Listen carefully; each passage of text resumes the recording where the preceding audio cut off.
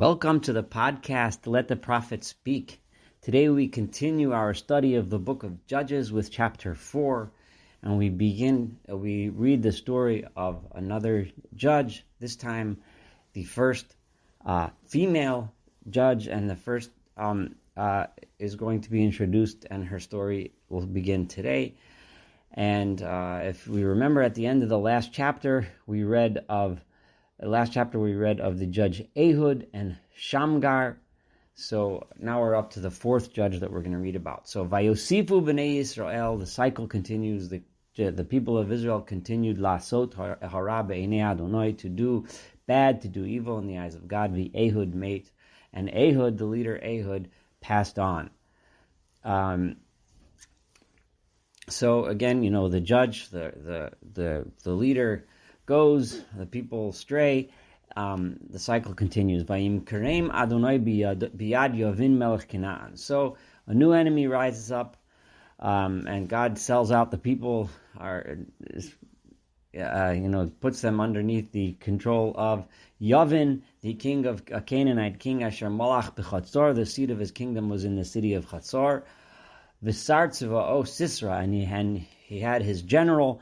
The person in charge of his armies was Sisera, Buhu Yoshev B'Charoshet Hagoyim. And he, Sisera, his general, lived in Charoshet Hagoyim, another town.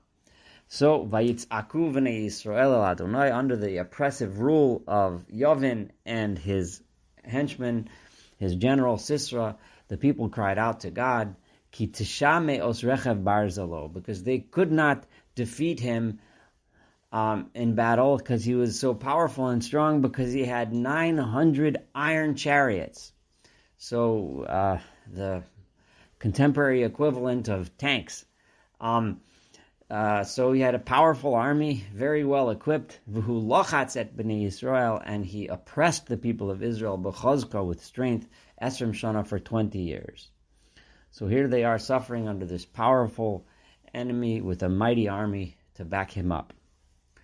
And at this time, Deborah, the woman, Deborah, Isha Neviah, she was a woman and a prophetess.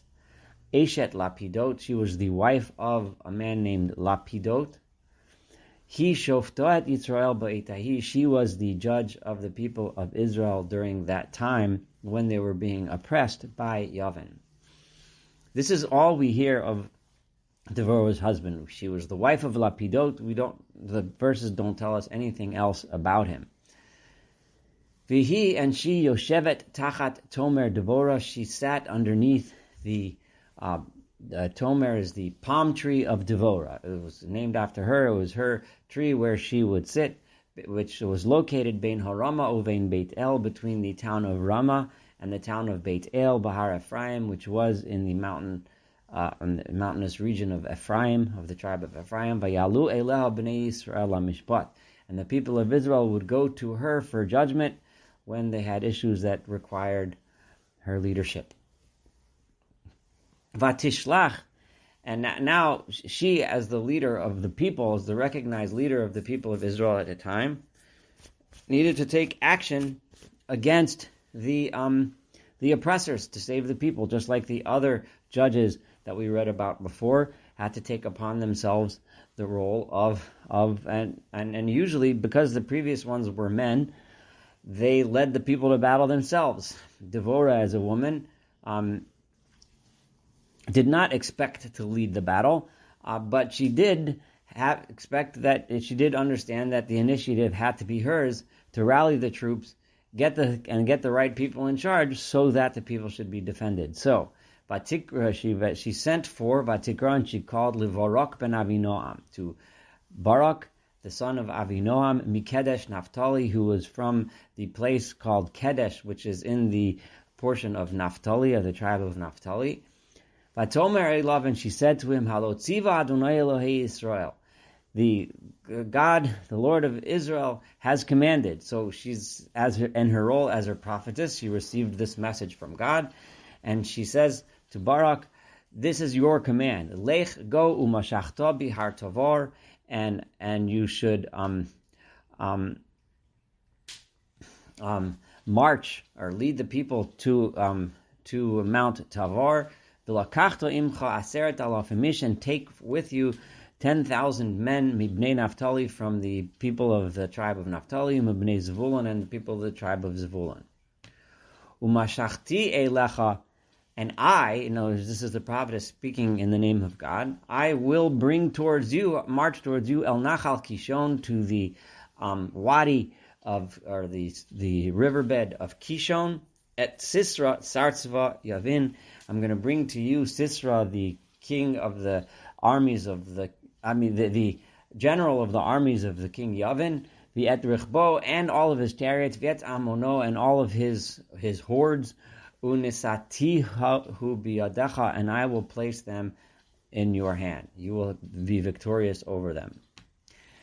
So she chooses her general, Barak, and commands him to go, and tells him that he will be able to conquer Sisera. God will bring Sisera and enclose him within the valley, while Barak is taking the high ground at Mount Tavor.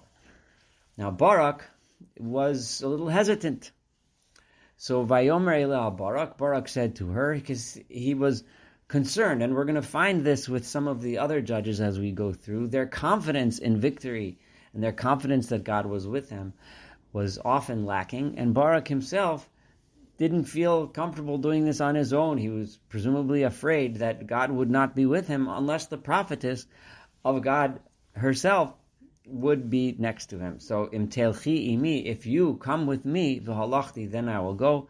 V'im lo telchi imi lo elech. But if you don't come with me, I will not go.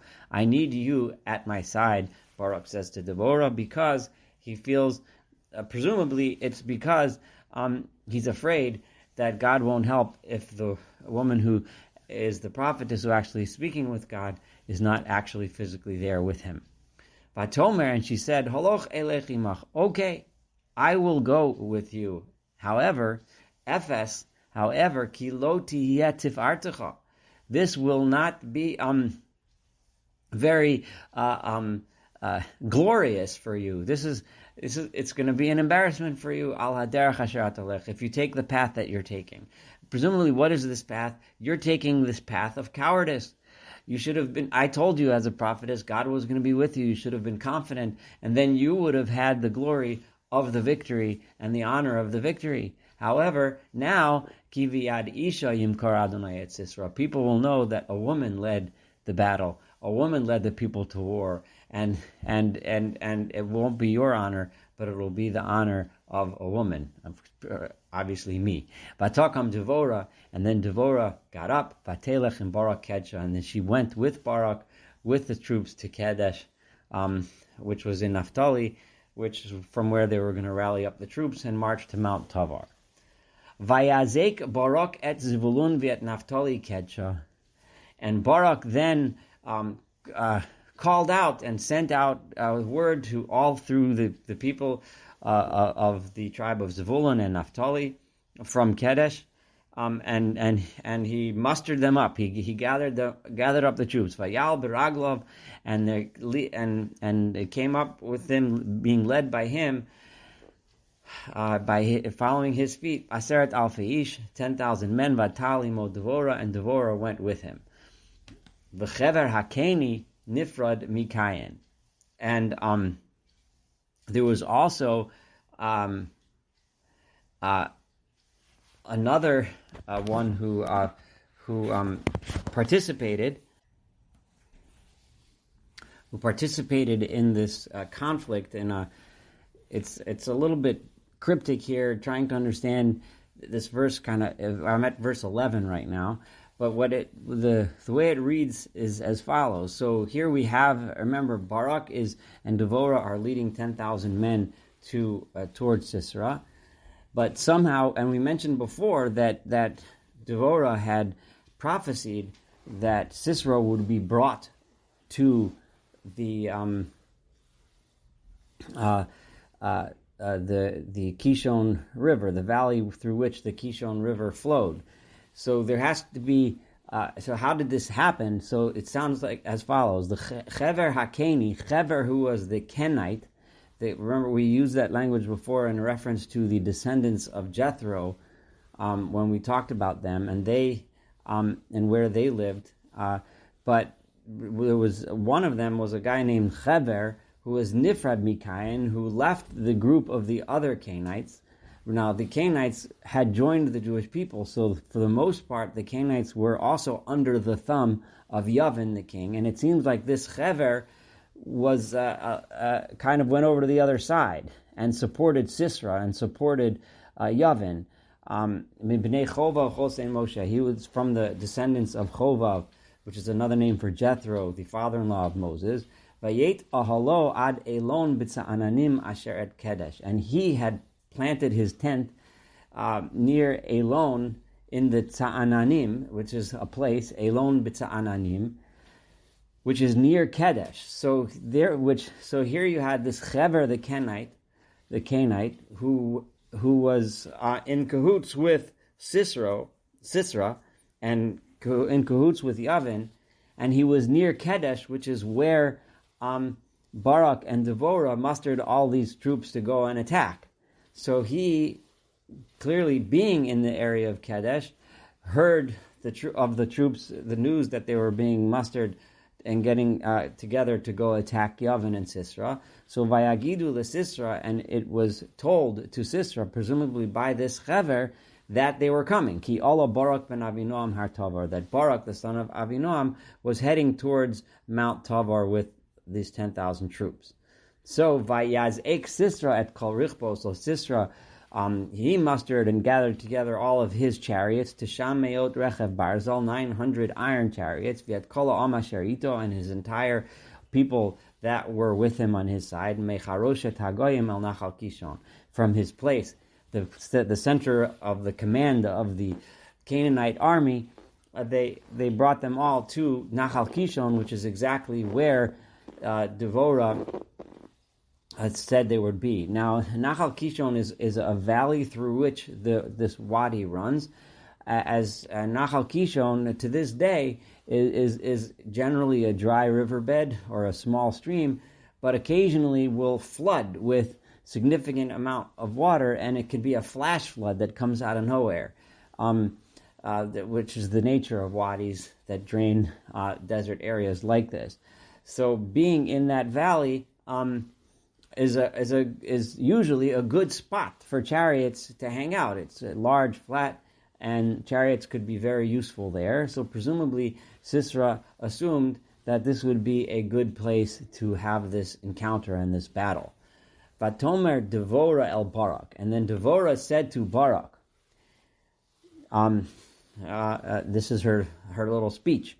Kum, get up, kizeh hayom, because this is the day asher natana Adonai et Sisera biyadacha, that God has given Sisera in your hands. Halo Adonai yatzal lefanecha, behold, God is going before you, is leading you into battle. Vayered Barak mehar Tavar, and Barak charged down from the mountain, V'aseret alafim ish acharav, and 10,000 men were behind him. Now, Vayoham Adonai et Sisera v'et kol harecha v'et kol hamachne, and God shook up. So it seems like some act of God came and shook up the Sisera and all of the chariots and the entire camp, Lefi Cherev, by the sword, Lefnei Barak, in front of Barak. Vayered Sisera, and Sisera went down me'al merkava, from his chariot, Payonis Baraglov, and ran away. It's unclear. It's from here. It would seem that it was just a full-on attack and a successful one. Why it is that this presumably highly trained and well-disciplined army, with all of these fancy weaponry and iron chariots, weren't able to fend off the attack. We might get some hints later when we hear about Deborah's song of victory, but we'll get there when we do the next chapter, as to exactly what might have transpired, because there are some theories, but I'd rather address them when we listen to Deborah's own words and understand the origins of some of these theories. But at this point, all we have here is just a massive military victory and a successful assault on Sisera's army. rodaf acharei harecha v'acharei hamachane. And now that the Sisera's army has been completely routed and they're running all over the place, Barak was chasing after the chariots and after the entire camp ad Charoshet Hagoyim and they were retreating all the way back to their headquarters, which was in Charoshet Hagoyim. He chased them all the way back to there.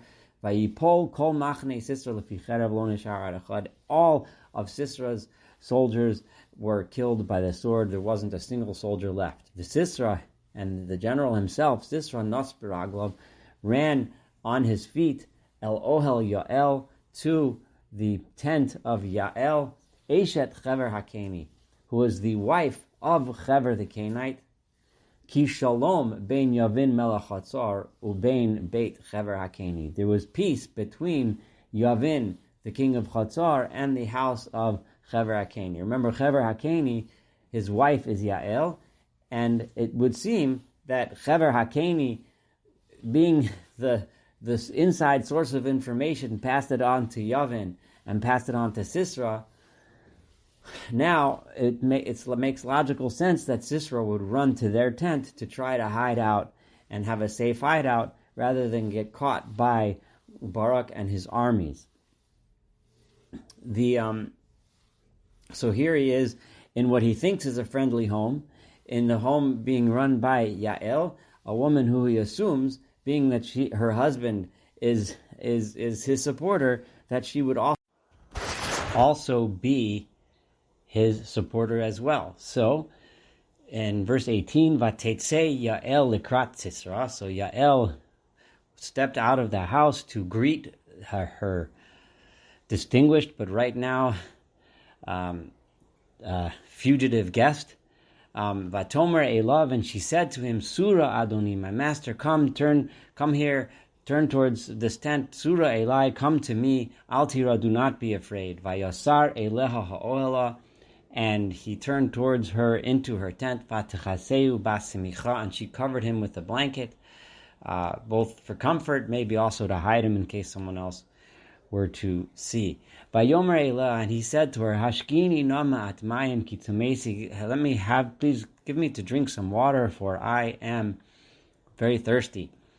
Vatiftach et nod hachalav.